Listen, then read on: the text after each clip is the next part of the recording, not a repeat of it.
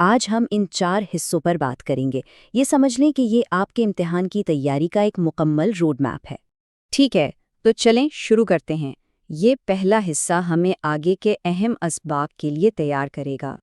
آج ہم 2 مین لیسنز کور کریں گے۔ پہلا ہے سننا اور انٹرویو لینا، اور دوسرا ہے انٹرویوز اور میٹنگز کی منصوبہ بندی۔ یہ دونوں چیپٹرز MCQs اور شارٹ کویسچنز کے لیے سمجھیں ایک گولڈ مائن ہے۔ ان کو اچھی طرح سمجھ لیا تو اسکور میں بڑا فرق پڑے گا۔ پچھلی بار ہم نے لکھنے کی باریکیوں پر بات کی تھی، جیسے کیپٹلائزیشن اور پنکچویشن۔ آج ہم بات کریں گے اورل کمیونیکیشن کی، جو نہ صرف امتحان بلکہ آپ کی پروفیشنل زندگی کے لیے بھی بے حد ضروری ہے۔ چلیں اب آتے ہیں ہمارے پہلے اہم موضوع پر۔ یاد رکھیے، سننا اور انٹرویو لینا، یہ دونوں چیزیں اورل کمیونیکیشن کی بنیاد ہیں۔ اچھا، اورل کمیونیکیشن اتنی اہم کیوں ہے؟ راک پورٹ کمپنی کی مثال دیکھیں۔ انہوں نے اپنی پوری کمپنی کو 2 دن کے لیے ایک ساتھ بٹھایا، صرف اس لیے تاکہ لوگ آپس میں بات کر سکیں۔ اس سے نہ صرف ٹیم ورک بہتر ہوا بلکہ سب کا حوصلہ بھی بڑھا۔ اس سے پتہ چلتا ہے کہ بولنا اور سننا کسی بھی ادارے کی جان ہے۔ سننے کا عمل نہ ان 5 آسان سٹیپ سے گزرتا ہے۔ پہلا ہے سینسنگ، یعنی آواز کا بس کانوں تک پہنچنا۔ پھر انٹرپریٹنگ، جہاں دماغ اس کا مطلب سمجھتا ہے۔ اس کے بعد ایویلیویٹنگ، جہاں ہم سوچتے ہیں کہ یہ بات کتنی اہم ہے۔ پھر ہے ریممبرنگ، یعنی بات کو یاد رکھنا۔ اور آخر میں رسپونڈنگ، یعنی آپ اپنا جواب دیتے ہیں۔ یہ امتحان کے سوال کے لیے ایک بہترین سٹرکچر ہے۔ اب سننے کی 3 قسمیں ہوتی ہیں۔ پہلی ہے کانٹینٹ لسننگ۔ یہ بالکل ویسے ہی ہے جیسے آپ کلاس میں لیکچر سن کر نوٹس بناتے ہیں، مقصد صرف معلومات حاصل کرنا ہوتا ہے۔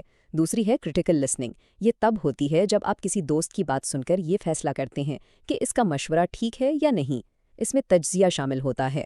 اور تیسری ہے ایکٹیو لسننگ، جب آپ کسی کو پوری توجہ دیتے ہیں، سر ہلاتے ہیں اور اچھا پھر کیا ہوا جیسے الفاظ استعمال کرتے ہیں تاکہ اسے لگے کہ آپ واقعی اس کی بات سن رہے ہیں۔ ایک اچھا لسنر بننا کوئی راکٹ سائنس نہیں، بس یہ کچھ عادتیں اپنانی ہیں۔ بولنے والے کی آنکھوں میں دیکھنا، اسے بیچ میں نہ ٹوکنا اور پوری بات سمجھنے سے پہلے کوئی نتیجہ نہ نکالنا۔ یہ ایک سادہ سی چیک لسٹ ہے جسے آج سے ہی اپنایا جا سکتا ہے۔ انٹرویوز صرف نوکری کے لیے نہیں ہوتے، کبھی معلومات حاصل کرنے کے لیے انٹرویو کیا جاتا ہے تو کبھی کسی کو قائل کرنے کے لیے۔ کوئی ملازم جب کمپنی چھوڑتا ہے تو ایگزٹ انٹرویو ہوتا ہے، اور کارکردگی جانچنے کے لیے ایویلیویشن انٹرویو۔ امتحان میں ان اقسام کی پہچان کرنے کو کہا جا سکتا ہے، اس لیے ان پر ایک نظر ڈالنا ضروری ہے۔ اچھا، تو اب جب کہ سننے اور انٹرویو کرنے کی بنیادی باتیں سمجھ آ گئی ہیں، آئیے دیکھتے ہیں کہ ایک اچھی انٹرویو کی منصوبہ بندی کیسے کی جاتی ہے اور ایک پروڈکٹیو میٹنگ کیسے چلائی جاتی ہے۔ انٹرویو میں پہلی قسم کے سوالات اوپن اینڈڈ ہوتے ہیں۔ یہ ایسے سوالات ہیں جن کا جواب ہاں یا نہ میں نہیں دیا جا سکتا، بلکہ تفصیل سے دینا پڑتا ہے۔ اس سے انٹرویو لینے والے کو ایسی معلومات بھی مل سکتی ہیں جس کی اسے توقع نہ ہو۔ مثال کے طور پر یہ سوال مجھے اس وقت کے بارے میں بتائیں جب آپ کو ایک مشکل مسئلہ حل کرنا پڑا تھا۔ یہ ایک اوپن اینڈڈ سوال ہے کیونکہ اس کا جواب صرف ہاں یا نہ میں نہیں ہو سکتا، آپ کو پوری کہانی سنانی پڑے گی۔ اب اس کے بالکل الٹ ہے کلوزڈ اینڈڈ سوالات۔ ان کا جواب ہاں، نہ یا بہت مختصر ہوتا ہے۔ یہ حقائق جاننے اور وقت بچانے کے لیے بہترین ہے۔ مثال کے طور پر، کیا آپ نے وقت پر رپورٹ مکمل کی تھی؟ یہاں جواب سیدھا ہے، ہاں یا نہ۔ اس سے وقت بچتا ہے اور بات واضح ہو جاتی ہے۔ تیسری اور بہت دلچسپ قسم ہے ری اسٹیٹمنٹ سوالات کی۔ اس میں سامنے والے کے جواب کو اپنے الفاظ میں دہرا کر تصدیق کی جاتی ہے۔ اس سے ظاہر ہوتا ہے کہ بات کو توجہ سے سنا جا رہا ہے اور کسی بھی غلط فہمی سے بچا جا سکتا ہے۔ مثال کے طور پر، تو آپ کہہ رہے ہیں کہ بنیادی مسئلہ وسائل کی کمی تھی، کیا یہ درست ہے؟ یہ ایک ری اسٹیٹمنٹ سوال ہے۔ اس سے آپ تصدیق کریں کہ آپ نے بات کو صحیح سمجھا ہے۔ میٹنگز میں لوگ اکثر 3 طرح کے کردار ادا کرتے ہیں۔ یہ سمجھنا امتحان کے لیے بہت اہم ہے۔ پہلے ہیں سیلف اورینٹڈ، جو صرف اپنے بارے میں سوچتے ہیں اور میٹنگ میں خلل ڈالتے ہیں۔ دوسرے ہیں گروپ مینٹیننس، جو ٹیم کو جوڑ کر رکھتے ہیں، جیسے سب کی حوصلہ افزائی کرنا۔ اور تیسرے ہیں ٹاسک فیسیلیٹیٹنگ، جو کام کو آگے بڑھاتے ہیں اور مسائل حل کرنے پر توجہ دیتے ہیں۔ گروپ میں فیصلے 4 مراحل سے گزرتے ہیں۔ پہلے اورینٹیشن، جہاں تعارف ہوتا ہے اور ماحول بنتا ہے۔ پھر کانفلکٹ، جہاں مختلف خیالات پر صحت مند بحث ہوتی ہے۔ اس کے بعد ایمرجنس، جہاں ایک فیصلے پر اتفاق رائے پیدا ہوتا ہے، اور آخر میں ری انفورسمنٹ، جہاں فیصلے کا خلاصہ کیا جاتا ہے اور کام سونپے جاتے ہیں۔ اور اب سب سے اہم حصہ، آئیے ہم نے جو کچھ بھی سیکھا ہے اسے آرام آرام سے دہراتے ہیں تاکہ یہ علم امتحان کے لیے ذہن میں بالکل پختہ ہو جائے۔ اس سے پہلے کہ ہم گہرائی میں جائیں، آئیے 1 منٹ میں دیکھتے ہیں کہ ہم نے آج کیا سیکھا۔ سننے کے مراحل اور اقسام، انٹرویو کے سوالات اور میٹنگز میں کردار اور فیصلے کرنے کے مراحل۔ ٹھیک ہے، اب دہرانے کا وقت ہے۔ پہلا سوال، یاد کرنے کی کوشش کریں، سننے کی 3 اقسام کون سی تھیں؟ اپنے ذہن میں جواب سوچیں۔ شاباش، جواب ہے کانٹینٹ لسننگ، یعنی معلومات کو سمجھنے کے لیے، جیسے کلاس کا لیکچر۔ دوسری ہے کرٹیکل لسننگ، یعنی پیغام کا جائزہ لینے یا ایویلیویٹ کرنے کے لیے۔ اور تیسری ہے ایکٹیو لسننگ، یعنی پوری طرح مشغول ہونے کے لیے۔ امتحان کے لیے یہ یاد رکھیں کہ کرٹیکل کا مطلب ایویلیویٹ کرنا ہے۔ اچھا، اب اگلا سوال، وہ کون سی سوال کی قسم تھی جو وضاحت کرنے اور یہ دکھانے کے لیے استعمال ہوتی ہے کہ بات کو غور سے سنا جا رہا ہے؟ تھوڑا سوچیں۔ جی ہاں، وہ ری اسٹیٹمنٹ کوسچنز تھے۔ اس میں آپ سامنے والے کی بات کو دہرا کر تصدیق کرتے ہیں، یہ غلط فہمی سے بچنے اور یہ ظاہر کرنے کے لیے کہ آپ ایک اچھے سننے والے ہیں۔ بہت مفید ہے۔ آئیے گروپ کے کرداروں کو ایک بار پھر دیکھتے ہیں، بہت آسان الفاظ میں۔ ٹاسک فیسیلیٹیٹنگ کردار کام کو آگے بڑھا کر گروپ کی مدد کرتے ہیں۔ گروپ مینٹیننگ کردار ماحول کو اچھا بنا کر گروپ کو سپورٹ کرتے ہیں۔ اور سیلف اورینٹڈ کردار اپنے ذاتی مقاصد کی وجہ سے گروپ کو نقصان پہنچاتے ہیں۔ یہ فرق یاد رکھنا MCQs کے لیے بہت ضروری ہے۔ آپ نے بہت اچھا کام کیا، سب کچھ دہرایا جا چکا ہے اور اب یہ کانسیپٹس واضح ہو گئے ہیں۔ بس خود پر اعتماد رکھیں، آپ نے وہ سب کچھ سیکھ لیا ہے جس کی اس امتحان میں کامیابی کے لیے ضرورت ہے۔ میری نیک تمنائیں آپ کے ساتھ ہیں۔ السلام علیکم۔ مجھے پتا ہے ENG 201 کے فائنل امتحان سے ٹھیک 1 رات پہلے دل میں تھوڑی گھبراہٹ تو ہوتی ہے، خاص طور پہ جب بات ہو پریزنٹیشنز اور تقاریر والے چیپٹرز کی۔ یہ ایکسٹرا تھوڑے مشکل لگتے ہیں، ہے نا؟ لیکن فکر کی کوئی بات نہیں ہے، آج ہم مل کر اس ٹاپک کو اتنا آسان بنا دیں گے کہ آپ سوچیں گے ارے یہ تو بہت آسان تھا، کاش پہلے پڑھ لے۔ اور سنیں، اگر آپ نے یہ چیپٹرز ابھی تک کھول کر بھی نہیں دیکھے نا، تو بھی کوئی مسئلہ نہیں۔ ہم ہر ایک ٹاپک کو بالکل سٹیپ بائی سٹیپ سمجھیں گے، ایک ایک چیز کو الگ کر کے، تاکہ سب کچھ بالکل صاف ہو جائے۔ اور جب یہ سیشن ختم ہوگا تو آپ نہ صرف امتحان کے لیے تیار ہوں گے، بلکہ آپ کو یہ بھی پتا ہوگا کہ MCQs اور شارٹ کویسچنز میں پورے نمبر کیسے اٹھانے ہیں۔ تو ٹھیک ہے، یہ رہا ہمارا آج کا گیم پلان۔ سب سے پہلے ہم سیکھیں گے کہ ایک بہترین تقریر کا خاکہ کیسے بناتے ہیں، ٹھیک؟ اس کے بعد ہم دیکھیں گے کہ اسے پیش کیسے کرنا ہے تاکہ آپ کا اثر زبردست ہو۔ اور پھر سب سے اہم بات، آخر میں ہم ایک تیز سی ریویژن کریں گے تاکہ یہ سارے پوائنٹس دماغ میں بالکل پکے ہو جائیں۔ یاد رکھیے گا، یہ وہ ٹاپکس ہیں جہاں سے ایگزامینر کو MCQs اور شارٹ کویسچنز دینا بہت پسند ہے، مطلب یہ آسان نمبر ہیں۔ تو چلے شروع کرتے ہیں۔ اچھا، پچھلی بار ہم نے بات کی تھی 1-on-1 بات چیت پر، جیسے انٹرویوز اور میٹنگز۔ وہ سمجھیں جیسے کرکٹ میں سنگلز لینا ہوتا ہے۔ آج ہم سیکھیں گے کہ چھکے کیسے مارے جاتے ہیں، یعنی ایک بڑے مجمع کے سامنے پورے اعتماد سے کیسے بات کرنی ہے۔ چلیں جی، اب اصل کام شروع کرتے ہیں۔ ہمارا پہلا حصہ ہے لیسن نمبر 43، جہاں ہم ایک کامیاب تقریر کی منصوبہ بندی کی بنیاد رکھیں گے۔ اور یہ بات یاد رکھیے گا، اگر بنیاد مضبوط ہونا تو عمارت کبھی نہیں گرتی۔ دیکھیں، کسی بھی تقریر کی تیاری کو نا آپ بس ان 3 ستونوں میں بانٹ سکتے ہیں: مقصد، لوگ اور منصوبہ۔ یہ امتحان کے لیے بہت اہم سوال ہے، بہت زیادہ۔ اسے یاد رکھنے کا ایک آسان سا طریقہ بھی ہے، 3 Ps، یعنی پرپز، پیپل اور پلان۔ تو سب سے پہلا سوال جو آپ نے خود سے پوچھنا ہے وہ یہ ہے، بھئی میں یہ تقریر کر ہی کیوں رہا ہوں؟ تو آپ کی تقریر کا مقصد عام طور پہ ان 4 میں سے کوئی ایک ہوتا ہے۔ کیا آپ کا مقصد لوگوں کو کسی بات پر قائل کرنا ہے، جیسے ایک سیلز پچ میں ہوتا ہے؟ یا پھر آپ صرف معلومات دینا چاہتے ہیں، جیسے ایک لیکچر میں ہوتا ہے؟ یا شاید آپ انہیں کوئی کام کرنے کی ترغیب دینا چاہتے ہیں، جیسے ایک لیڈر تقریر کرتا ہے؟ یا پھر مقصد صرف تفریح فراہم کرنا ہے، جیسے کوئی مزاحیہ کہانی سنانا؟ یاد رکھیے گا، آپ کا مقصد ہی یہ طے کرے گا کہ آپ کے الفاظ کیا ہوں گے، آپ کا انداز کیسا ہوگا اور آپ کی سلائیڈز کیسی ہوں گی۔ اچھا، جب مقصد طے ہو گیا تو اگلا قدم ہے اپنے سامعین کو سمجھنا۔ ذرا سوچیں آپ بات کس سے کر رہے ہیں؟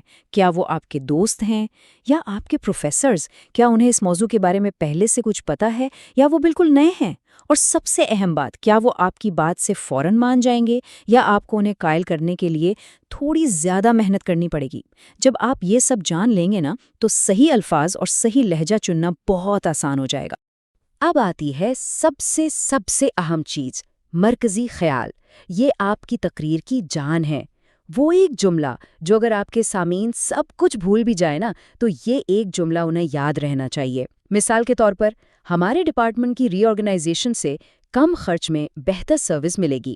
اب دیکھیں یہ جملہ کتنا صاف ہے، چھوٹا ہے اور سیدھا سیدھا سننے والوں کے فائدے کی بات کر رہا ہے۔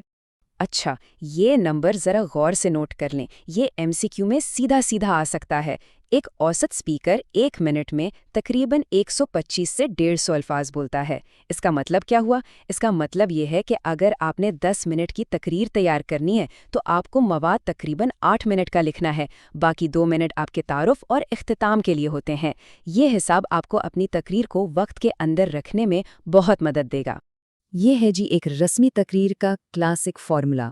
سب سے پہلے ایک مضبوط تعارف جو آتے ہی سننے والوں کی توجہ پکڑ لے، پھر ایک منظم باڈی جہاں آپ اپنے مین پوائنٹس بتاتے ہیں، اور آخر میں ایک طاقتور اختتام جو آپ کی بات کو ان کے ذہنوں میں ہمیشہ کے لیے بٹھا دے۔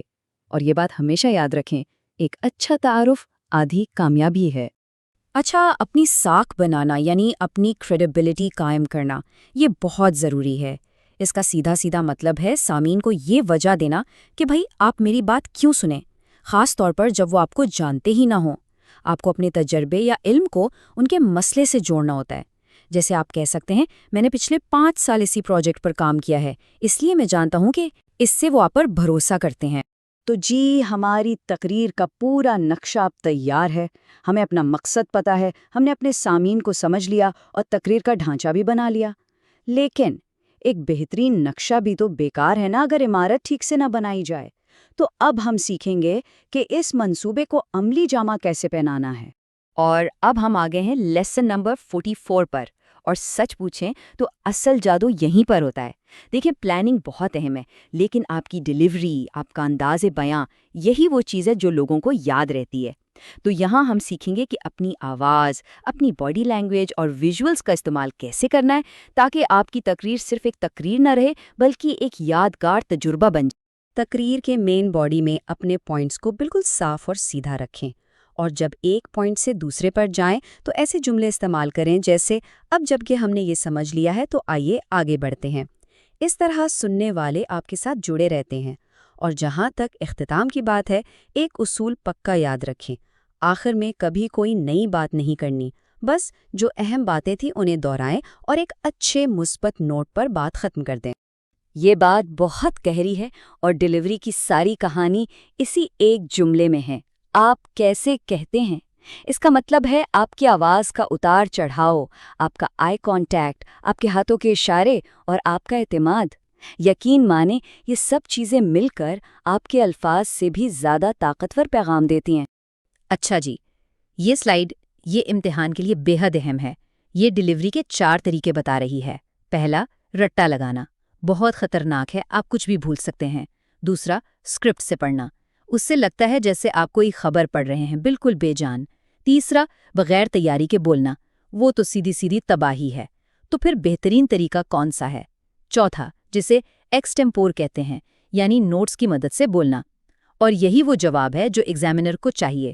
ایکسٹمپور کا مطلب ہے آپ نے تیاری کی ہے، آپ کے پاس چھوٹے چھوٹے نوٹس ہیں اشاروں کے لیے، لیکن آپ لفظ بے لفظ نہیں پڑھ رہے۔ اس سے آپ قدرتی بھی لگتے ہیں اور پر اعتماد بھی۔ اب بات کرتے ہیں ویژول ایڈز کی، جیسے پاور پوائنٹ سلائیڈز۔ یہ آپ کے سب سے اچھے دوست بھی ہو سکتے ہیں اور سب سے بڑے دشمن بھی۔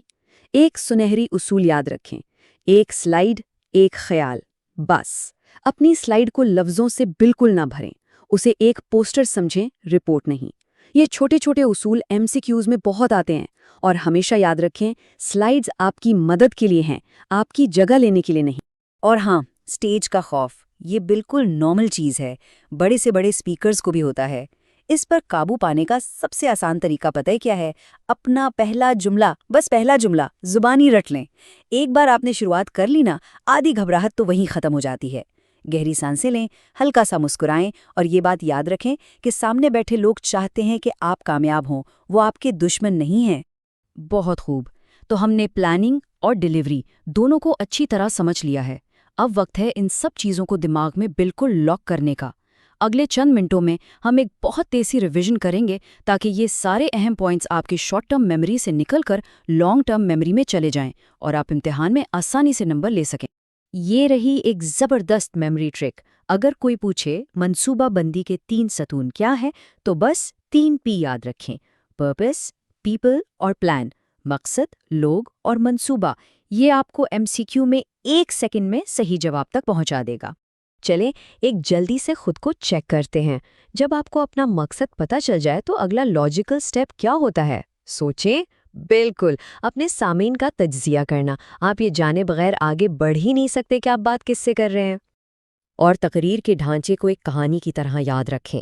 تعارف ہے کہانی کا آغاز، جہاں آپ دلچسپی پیدا کرتے ہیں۔ باڈی ہے کہانی کا درمیانی حصہ، جہاں آپ ساری تفصیلات بتاتے ہیں۔ اور اختتام ہے کہانی کا انجام، جہاں آپ سب کچھ سمیٹ کر ایک یادگار تاثر چھوڑ جاتے ہیں۔ ایک اور سوال، جلدی سے بتائیں، ڈیلیوری کا سب سے بہترین طریقہ کون سا مانا جاتا ہے؟ جی بالکل، ایکسٹیمپوری یعنی نوٹس کی مدد سے بولنا۔ کیوں؟ کیونکہ اس میں تیاری کا فائدہ بھی ہے اور قدرتی لگنے کی لچک بھی۔ آپ نے یہ سب کچھ بہت تیزی سے سیکھ لیا ہے۔ دیکھا، میں نے کہا تھا نا، یہ چیپٹرز واقعی آسان ہیں اور ان میں نمبر لینا بہت آسان ہے۔ بس یہ یاد رکھیے گا، ایک اچھی تقریر صرف الفاظ کا کھیل نہیں ہے، بلکہ اپنے سامعین سے ایک تعلق بنانے کا نام ہے۔ تو پر اعتماد رہیں، آپ کی تیاری بہت اچھی ہو گئی ہے۔ اب جائیں اور امتحان میں کامیابی حاصل کریں۔ اللہ حافظ۔ خوش آمدید۔ چلیں جی، ENG 201 کریش کورس کے اس آخری بالکل فائنل سیشن میں آپ لوگوں نے واقعی بہت محنت کی ہے، اور اب بس وقت آ گیا ہے کہ اس محنت کا پھل سامنے آئے۔ سب سے پہلے تو بہت بہت مبارک ہو، آپ یہاں تک آ گئے۔ یہ کوئی معمولی بات نہیں ہے سچ میں۔ اس کا مطلب ہے آپ نے ہمت نہیں ہاری، آپ آگے بڑھتے رہے۔ آج بس ہم مل کر اس تیاری کو آخری ٹچ دیں گے۔ تو پھر چلیں، یہ ہمارا آخری چیپٹر ہے، اور ہاں، آرام سے بیٹھیں۔ آج کا سیشن پورے کورس کا ایک جامع خلاصہ ہے۔ اس کا مقصد صرف آپ کے علم کو مضبوط کرنا ہے، کوئی نئی مشکل چیز نہیں سیکھنی۔ ایک بات ہمیشہ یاد رکھیں، جو مشکل ترین حصے تھے نا، وہ آپ پہلے ہی کر چکے ہیں۔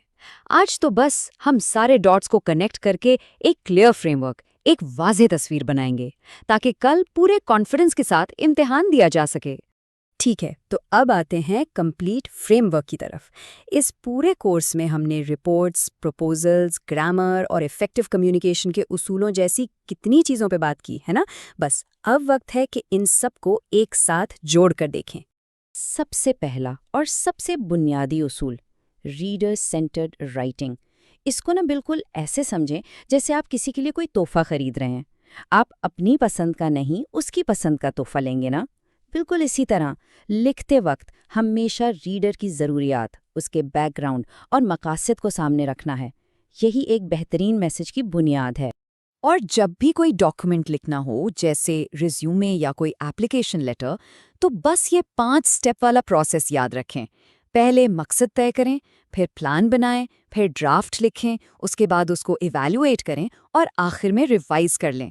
اس ترتیب سے کام ہمیشہ آسان ہو جاتا ہے۔ ہمیشہ خود سے یہ سوال پوچھیں، میرا ریڈر ہے کون، اسے پہلے سے کیا پتا ہے، اور وہ اس تحریر سے کیا چاہتا ہے۔ مثال کے طور پر، اگر آپ اپنے پروفیسر کو ای میل لکھ رہے ہیں تو ظاہر ہے انہیں ٹاپک کے بارے میں پہلے سے کافی کچھ پتا ہے، تو آپ کو بالکل بیسک باتیں بتانے کی ضرورت نہیں۔ اور یہ آ گئی کمیونیکیشن کے 7 C's۔ یہ آپ کی کامیابی کی کنجی ہیں۔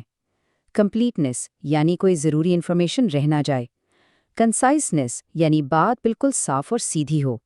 کنسیڈریشن، یعنی ریڈر کا خیال رکھا جائے۔ کنکریٹنس، یعنی بات ایسی ہو کہ اس پر یقین آئے۔ کلیئرٹی، یعنی کوئی الجھن نہ ہو۔ کرٹسی، یعنی لہجہ پروفیشنل ہو۔ اور آخر میں کریکٹنس، تاکہ لکھنے میں کوئی غلطی نہ ہو۔ چلیں اب آتے ہیں بزنس میسیجز پر۔ کچھ اہم ڈاکیومنٹس کا ایک تیزی سے جائزہ لیتے ہیں۔ یہ وہ پریکٹیکل حصہ ہے جو امتحان میں یقیناً بہت کام آنے والا ہے۔ کوئی بھی بزنس میسج لکھنا ہونا تو یہ 3 سٹیج کا پروسیس ہے۔ پہلے پلاننگ، جیسے کسی سفر کی منصوبہ بندی کرتے ہیں، پھر کمپوزنگ، یعنی آپ نے سفر شروع کر دیا، اور آخر میں ریوائزنگ، جیسے منزل پر پہنچ کر آپ اپنے سفر کا جائزہ لیتے ہیں۔ سمپل۔ یہاں پر مختلف قسم کے لیٹرز اور فارمل میسیجز کی ایک کوئک لسٹ ہے جو ہم نے اس کورس میں کور کیے، جیسے کہ میمورانڈا یا memos, inquiry letters, recommendation letters, good news messages, bad news messages اور پرسویسو میسیجز۔ ان سب کو یاد رکھنے کا سب سے آسان طریقہ بس ان کے مقصد کے بارے میں سوچ۔ بالکل اسی طرح رپورٹس کی بھی کتنی قسمیں ہیں۔ شارٹ رپورٹس ہیں، لانگ رپورٹس ہیں، پھر empirical research reports, feasibility reports, progress reports, proposals بھی۔ دیکھا کتنا کچھ سیکھ لیا اس کورس میں۔ ٹھیک ہے، اب آتے ہیں آپ کے فائنل ایگزام ٹول کٹ پر۔ یہ وہ سیکشن ہے جہاں ہم اپنی سکلز کو پالش کریں گے۔ ہم ان ڈیٹیلز پر فوکس کریں گے جو آپ کی لکھائی کو پروفیشنل اور کلیئر بنائیں گی، جیسے کہ ویژولز، گرامر اور دوسری اہم چیزیں۔ چلیں ایک تیزی سے نظر ڈالتے ہیں ان ویژول ایڈز پر جو آپ کی رائٹنگ کو زیادہ اثردار بنا سکتے ہیں۔ ٹیبلز، بار چارٹس، لائن گرافس، پائی چارٹس، یہاں تک کہ فوٹوگرافیز، ڈرائنگز، ڈائیگرامز، فلو چارٹس اور آرگنائزیشنل چارٹس بھی۔ یاد ہے نا کون سی چیز کب استعمال کرنی ہے؟ اچھا جی، اب پوری توجہ یہاں۔ یہ ہے exam hot spot, language review. ہم ان عام غلطیوں اور اصولوں پر بات کرنے والے ہیں جو امتحان میں کامیابی کے لیے بالکل لازمی ہیں۔ یہاں دیکھیں، اس سلائیڈ میں بالکل صاف صاف بتایا گیا ہے کہ امتحان میں لکھتے وقت کن چیزوں سے بچنا ہے اور کن چیزوں کو اپنانا ہے۔ فریگمنٹس یا رن آن سینٹنسز سے بچیں۔ کوشش کریں کہ جملے مکمل اور صاف ہوں۔ ایکٹیو وائس استعمال کریں اور لینگویج کو جتنا ہو سکے مختصر رکھیں۔ اسے سمجھ لیں کہ یہ آپ کی فائنل مینٹل چیک لسٹ ہے امتحان کے دوران عام غلطیوں کو پکڑنے کے لیے، جیسے پروناؤنس کا صحیح استعمال، ورب ٹینسز میں کنسسٹنسی، پراپر کیپٹلائزیشن، اسپیلنگ، یہ سب۔ اور ہاں، ایک آخری ٹپ، پیپر سبمٹ کرنے سے پہلے اپنی لکھائی کو ایک بار ضرور پڑھیں۔ اکثر غلطیاں تبھی پکڑی جاتی ہیں۔ بہت خوب، اب وقت ہے ایک سپر فاسٹ ریویژن کا اور تھوڑی سی فائنل موٹیویشن کا۔ تیاری اب مکمل ہو چکی ہے، اب بس کانفیڈنس بلڈ کرنا ہے۔ ذرا سوچیں، اس پورے کورس میں کتنا کچھ سیکھا ہے۔ Reports, proposals, visual aids, oral communication اور صاف صاف لکھنے کا فن، یہ سب کچھ اب آپ کے علم کا حصہ ہے۔ تو چلیں سپر ریویژن شروع کرتے ہیں۔ پہلا میموری ٹریگر، نمبر 7، یعنی کہ 7 C's، یہ آپ کی بنیاد ہے۔ اگلا، ایڈا، اٹینشن، انٹرسٹ، ڈیزائر، ایکشن۔ یہ ہر پرسویزو میسج کا فریم ورک ہے۔ جیسے کوئی ایڈ پہلے آپ کی توجہ کھینچتا ہے، پھر دلچسپی پیدا کرتا ہے، پھر خواہش اور آخر میں آپ سے ایکشن کرواتا ہے۔ اور یہ ہیں آپ کے فائنل میموری ٹریگرز امتحان کے لیے۔ ہمیشہ ریڈر فرسٹ، گڈ نیوز کے لیے ڈائریکٹ پلان، بیڈ نیوز کے لیے indirect plan, plan, compose, revise. ہمیشہ 7 C's چیک کریں، اور ہاں، پروف ریڈ، ہر چیز کو پروف ریڈ کریں۔ آپ نے کر دکھایا، آپ آخر تک پہنچ گئے۔ اب بس اپنی تیاری اور محنت پر بھروسہ رکھیں، ایگزام ہال میں پورے اعتماد کے ساتھ قدم رکھیں، کیونکہ آپ بالکل تیار ہیں۔ اس بات سے کوئی فرق نہیں پڑتا کہ پہلے آپ کتنا کمزور محسوس کرتے تھے، آج آپ زیادہ مضبوط ہیں، آپ کے کانسیپٹس زیادہ کلیئر ہیں اور آپ بالکل پریپیئرڈ ہیں۔ میرے ساتھ اس سفر میں شامل رہنے کا بہت شکریہ، مجھے آپ پر فخر ہے۔ بیسٹ آف لک، آپ یقیناً بہت اچھا کریں گے۔ EduTube, where blockchain becomes easy to understand.